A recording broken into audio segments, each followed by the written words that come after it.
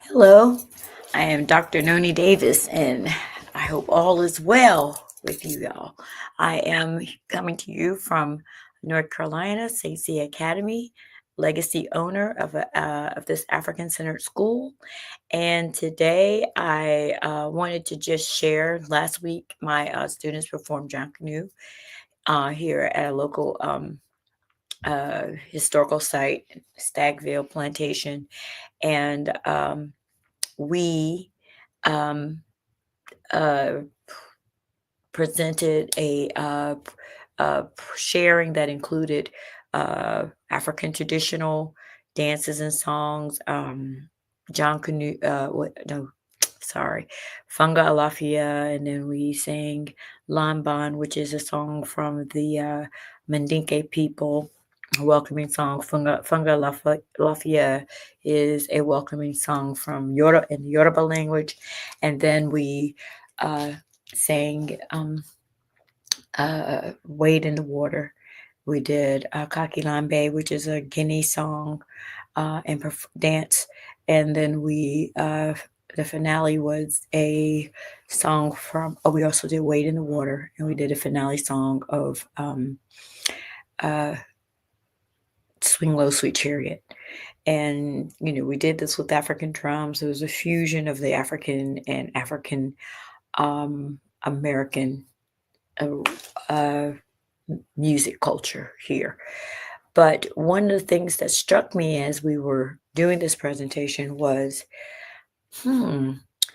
so in North Carolina, John Canoe has been celebrated since, or the celebrations of this particular, uh, uh, revolutionary date what began in the late 1700s or early 1700s. I'm not sure.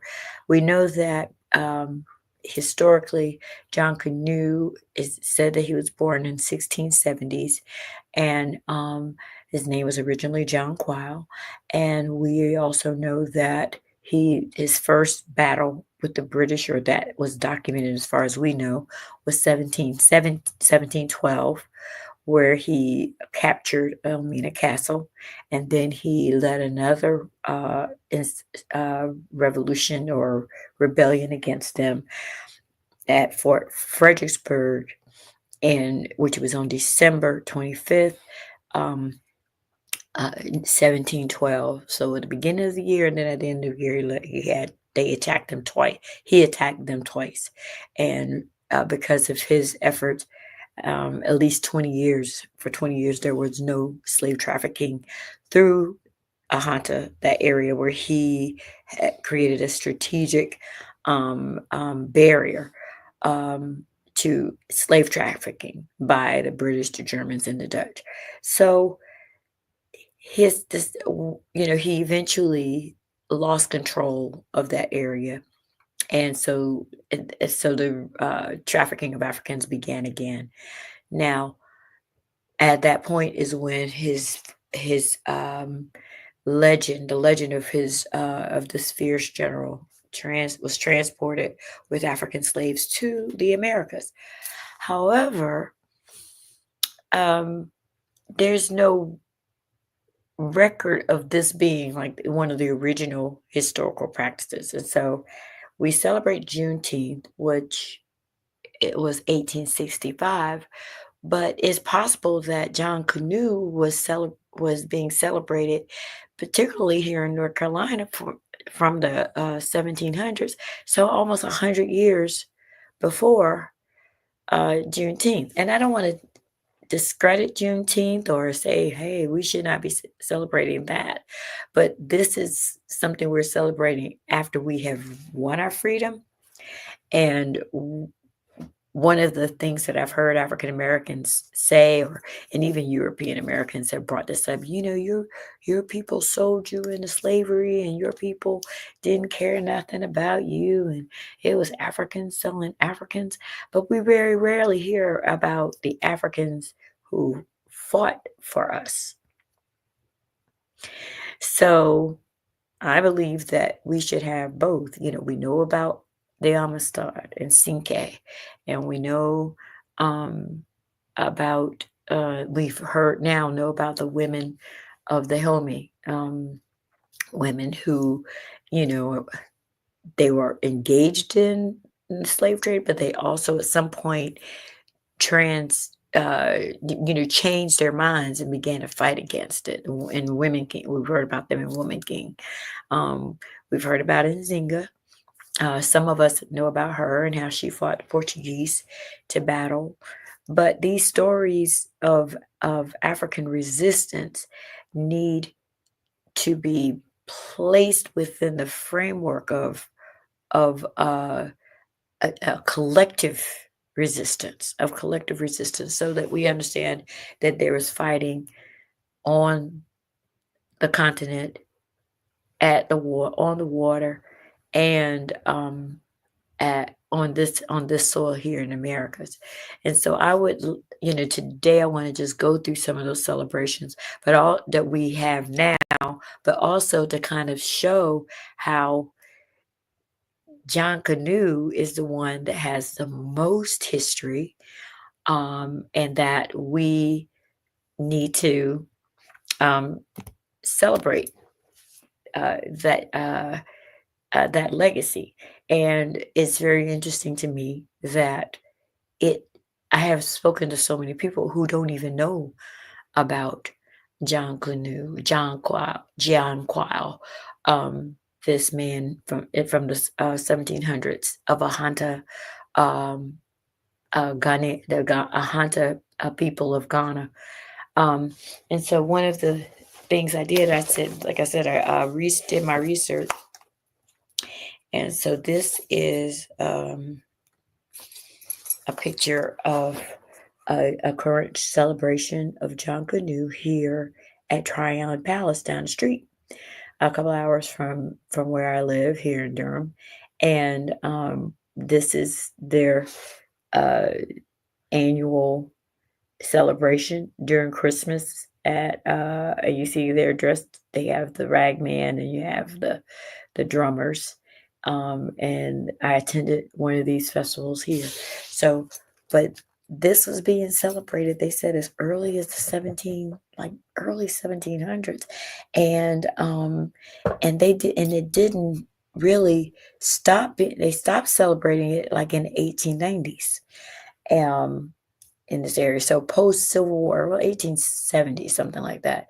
But this was something that Africans were celebrating under enslavement in North Carolinas, in Georgia, South Carolina, and in Florida area during enslavement of our people. And so I was like, huh. So this, I don't know what I could do, but I mean, one of the things I would like that I plan to do is try to see if I can get the message out about this particular holiday, and maybe even join with Dr. Christopher Davis down in the Bahamas, and see how we can collaborate to spread the knowledge of this celebration as one of the first African resistance, freedom, calls to freedom celebrations, or reverence of an African leader and that we have here. And I think even in the Bahamas, they said it was 1700s, 1801 is when they were celebrated. So it looks like that North Carolina was before the Bahamas. Interesting. So one of the other holidays that I have down here, of course, we know you had Juneteenth. Juneteenth, it was 1865, and most of us know about that one. I'm going to just show, from chains to freedom. So this one was 1865, but 1865 it's possible that this was like 100 years difference between Juneteenth, June 19th. And we know this one is because of emancipation. Africans learned 18 months after the Emancipation Proclamation was written, that they were freed. And the Emancipation Proclamation is something. It was written in 1863, January 1863, and Lincoln took a position to free Africans who were in Confederate states. Well, at that point, when he did that, they had already seceded. And he did not free people who were in like states that did not secede. So West Virginia and Kentucky, places that were still part of the Union that did not secede from the Union, they were able to continue slavery. So that's what were you really trying to do? And so you definitely weren't trying to feed people who were in places that were remain part of the United States. Um, so, but it took 18 months for the people in Texas to find out because there was no cell phone, there was no social media where they could alert them. It took that long for African American soldiers to reach Texas and inform them of that they were indeed had been declared freed. And once the South lost the Civil War, so now you have people celebrating 1865. They should practice celebrate 1865, but it's interesting that even though there's resistance to Juneteenth by a lot of people, white and mostly white and some black people who resist it. Why isn't John Canoe up there in that category? And maybe because he actually took people off the planet, the white people, he defeated them and was considered a terrorist, oh, terrorist of white people. So the next day, date that a lot of people may not know was Douglas Day. So Douglas Day, this lady, everybody knows Frederick Douglass. So Frederick Douglass, well, happy 200th birthday, Frederick Douglass. So apparently they're having a celebration of him coming up sooner. I don't know. Was this an old one? This may have been an old advertisement. But this lady right here, Mary Church Terrell, was a wealthy black woman who graduated from college back in the day, and decided that she wanted to create a celebration for Frederick Douglass, and she started it in Washington, D.C. She was a teacher for the predominantly black schools, and so in 1897, she started Frederick Douglass Day, which is what I just showed you a few minutes ago, Frederick Douglass Day. And so this is 1897. And when she started that day, Frederick Douglass Day eventually became Black History Month with Dr. Carter B. Woodson. Dr. Carter B. Carter B. Woodson started Black History Month. And the reason why they chose February is because, as you saw on the poster for Frederick Douglass, his birthday, and he really didn't know his birthday, so he was speculating that he was born February 14th. Abraham Lincoln's birthday was February 12th. So Carter G. Woodson decided he would join take Abraham Lincoln's day and birthday and and Frederick Douglass's birthday together, and that's how we came up with Black History Month. But it started as Black History Week. So Black History Week started as a result of Frederick Douglass Day. Started as Frederick Douglass Day by Mary Church Terrell in the segregated black schools in 1890s, and then by 1915. So how long was that? That was about maybe a little bit over 20 years. Well, about almost 20 years later, we got Black History Week. And then I think it later became, I can't remember. I don't think I remember. I did not collect that information, but it became, I know when I was a little girl, or we were doing Black History Week, and then it became Black History Month. But some people have said, oh, they made it Black History Month because it was the shortest month of the year. No, it was Black History Month because it was Frederick Douglass's birthday. It started off as a celebration of Douglass Day, in 1897, and then it evolved into Black History Week because of Frederick Douglass and Abraham Lincoln, and then it became Black History Month. I think it was Gerald Ford who made it Black History Month. I'm not sure, but I know it was recent. So now, then the next date that comes up is Kwanzaa. So we did John Canoe, we did Juneteenth, and then we did Douglas Day, and then Black History Week, which then became Black History Month. And so I don't think, yeah, I've got Kwanzaa here. And most of us know about the very controversial um, Dr. Malana Karenga. And so Kwanzaa is what we're doing. This is current, and this started in 1966. And so we have celebrated, what, 50 something years because of Kwanzaa. Um, I'm trying to think. So it's 2024, so 2025 is coming up.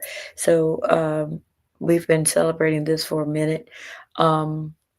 About almost 60 something years here. That's really good. 50 something years. That's great.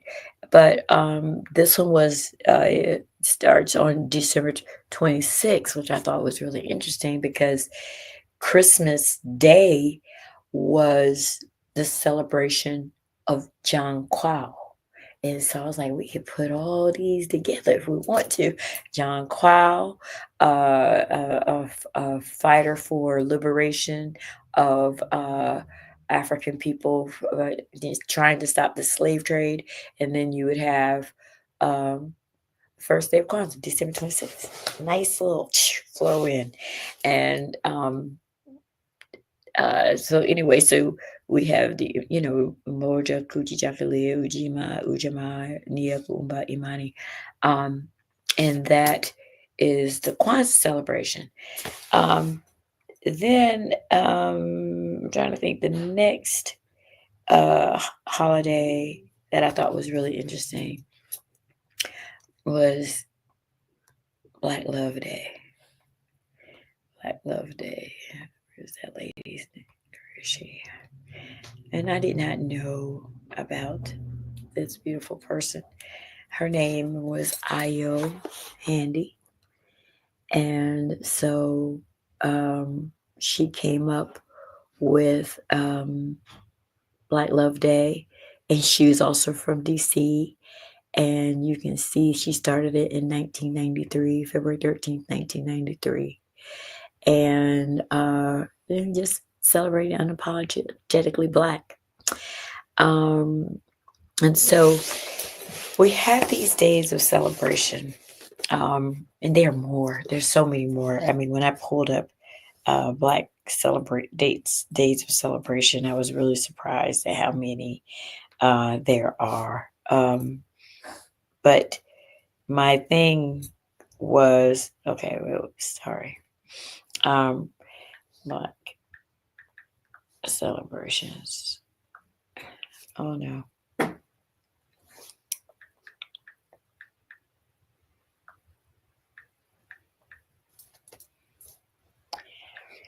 There's a celebrations.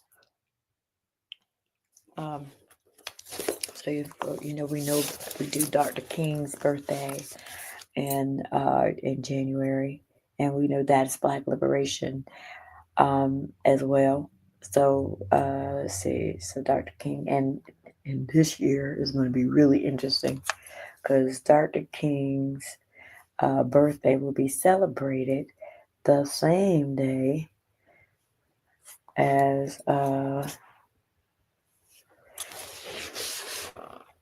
And this is 2024, but Dr. King is going to be the same day as Inauguration Day. Huh. That's going to be really interesting. So you got Dr. King's Day. Of course, we've got um, uh, let's see, Kwanzaa. Let's see, we have Black. There was another one I thought was interesting. Oh, you got the Essence Festival, which is in New Orleans. Um, Afro Punk Festival. Let's see. Uh, there's also a Black, if you can believe it. There's a day called let me see, Afro Punk, and that's in New York. Afro Punk is in New York City. But I've seen those play. I mean, around this the country now, we've got something like that. Afro beat. I mean, Afro. I can't remember the one here in North Carolina, but they're practicing that all over the place. Um, what's another one? Oh, somebody's car. Black. Oh wait. Mm-mm, mm-mm. But anyway, okay. But I just wanted to share that there are so many things that we are doing ourselves now. We're just celebrating Black people. Um, Black Love Day. What is it? Malcolm X's birthday. You have the Bembe Festival here in North Carolina. I wanted to do that one too. Oh, Bembe.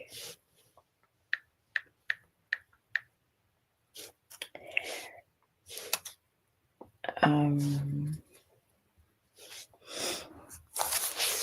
Bembe Festival is here. Bembe Cultural Arts Festival. So, I guess my reason for bringing these up is that, well, we know Bembe is a celebration of African culture.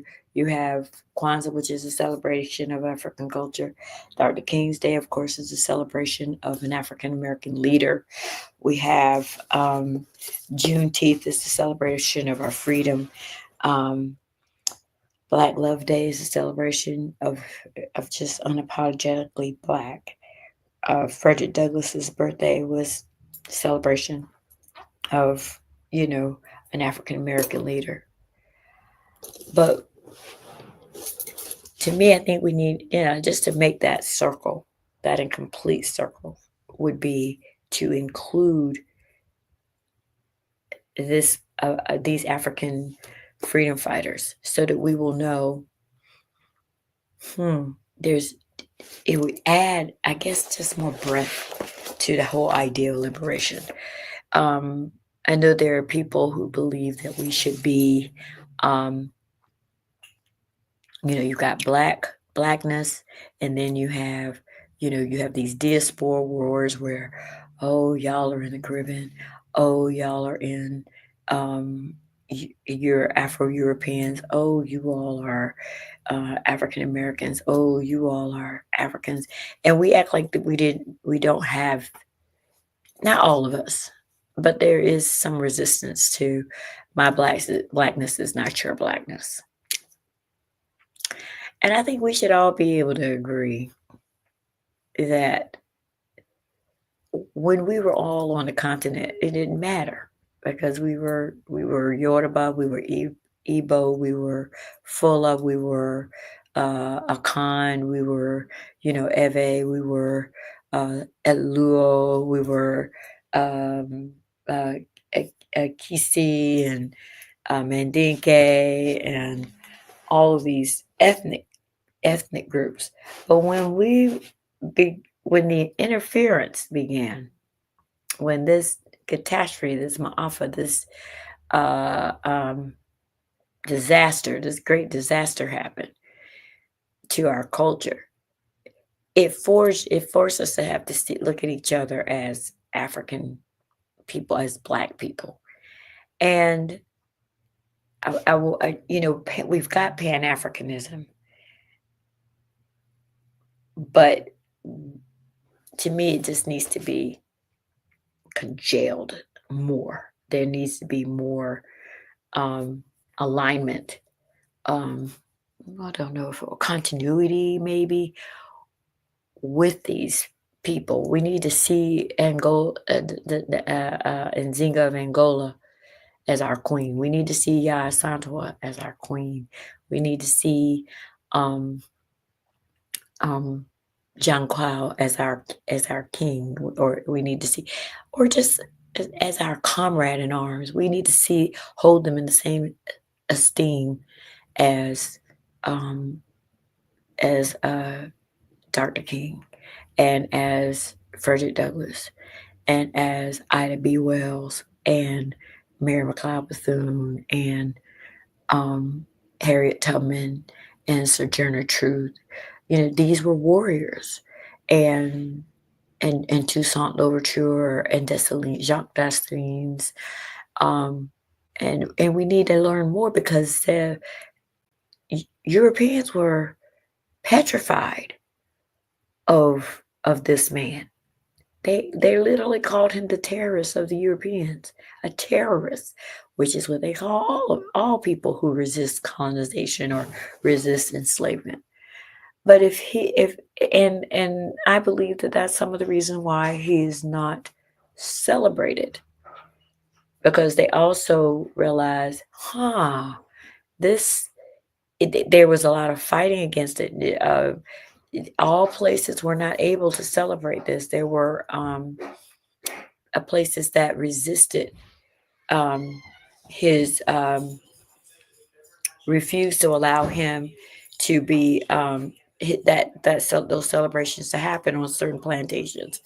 Um, it was squashed in Guyana in some places. It was squashed in Suriname in some places, and so there was a resistance to allowing allowing this holiday to be celebrated. Um, and so we know that there was resistance by Europeans.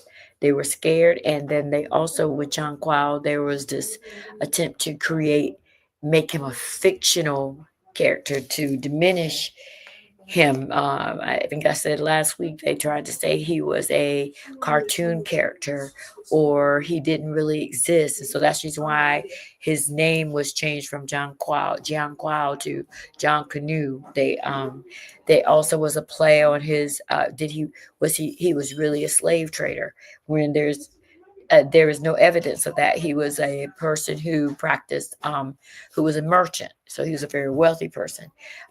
There was also an accusation that he was a slave. They said, well, if he was a slave in the Bahamas, why are they celebrating him in North Carolina? And why are they celebrating him in South America?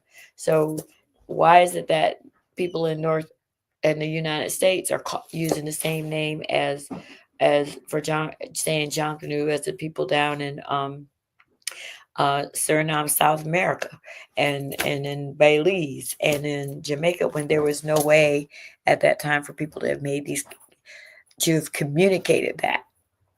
There was no social media. There was no Africans weren't even allowed to read and write in English. So how were they going to get this message across? So this man was real.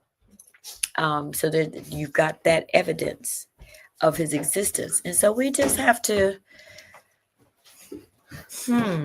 sit back and think about what is it that we as a people need to do to just continue to broaden our historical worldview and see that this fight for freedom was among all African people of African descent. Yeah, they may have been some African slave traders that we're not going to fight, but they're just the same way we have African freedom fighters and we've got sellouts in America. We also had African freedom fighters on the continent and sellouts over there too. Anyway, it's just something to think about. Thank you. Ashe, Asheo.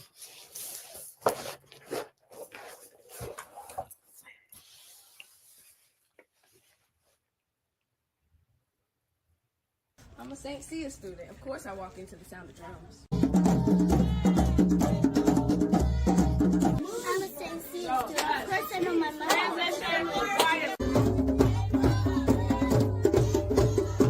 I'm a St. Sya student. Of course I can play the drum. I'm a St. Sya student. Of course I can work with my hands. I'm a St. Sya student.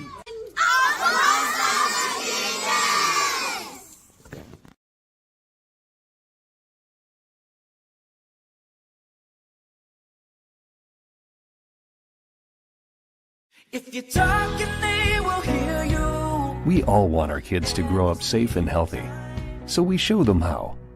And we tell them with honest conversations that let them know what we expect. Not just one time, but every chance we get. That's especially important when it comes to alcohol and other drugs. Kids not only need to know the dangers and how to avoid them, they need to hear it often from you. And when it comes to pain medications, opioids, they need to know that they should never be taken without a prescription and never shared with friends or family. It's dangerous and illegal. So talk with your kids and guide them through the challenges of growing up safe and healthy. Because when you talk, they hear you. For more information about talking with your kids about underage use of alcohol and other drugs, visit underagedrinking.samhsa.gov. So talk, they hear you. You can do it if you try.